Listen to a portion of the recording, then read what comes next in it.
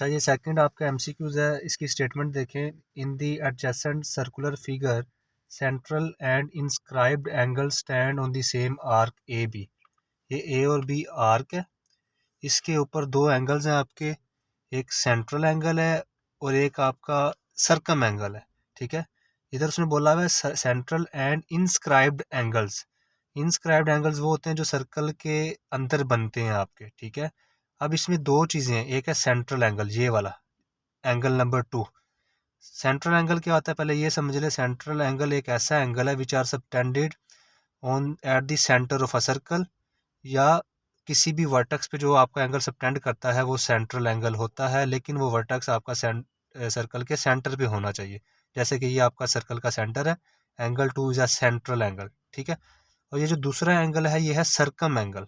Circum angle ऐसा angle होता है जो सर्कल के सर्कमफेरेंस पे सबटेंड करे। ठीक है, तो एंगल सी आपका सर्कम एंगल है और वो एंगल 1 है। ठीक है, अब नीचे उसने बोला है कि 4 स्टेटमेंट से इस डायग्राम के मुताबिक कौन सी स्टेटमेंट ठीक होगी। तो आपने याद रखना है, एक थ्योरम है, सेंट्रल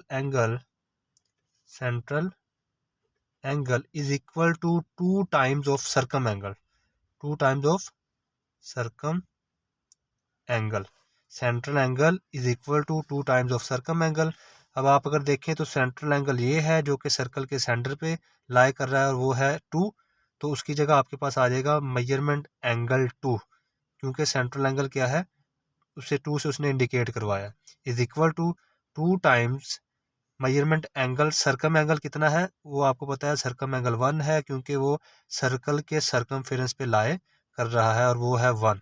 तो आपकी स्टेटमेंट क्या करेक्ट होगी, measurement angle 2 is equal to 2 times measurement angle 1, क्योंकि ये आपका एक थ्योरम है। Central angle is equal to 2 times of circum angle, और सेंट्रल एंगल 2 है वो उसे आपने मेजरमेंट एंगल 2 से इंडिकेट कर दिया, equal to 2 times of circum angle, और सर्कम एंगल 1 है। तो आपकी स्टेटमेंट इसके मुताबिक measurement angle 2 is equal to 2 measurement angle 1।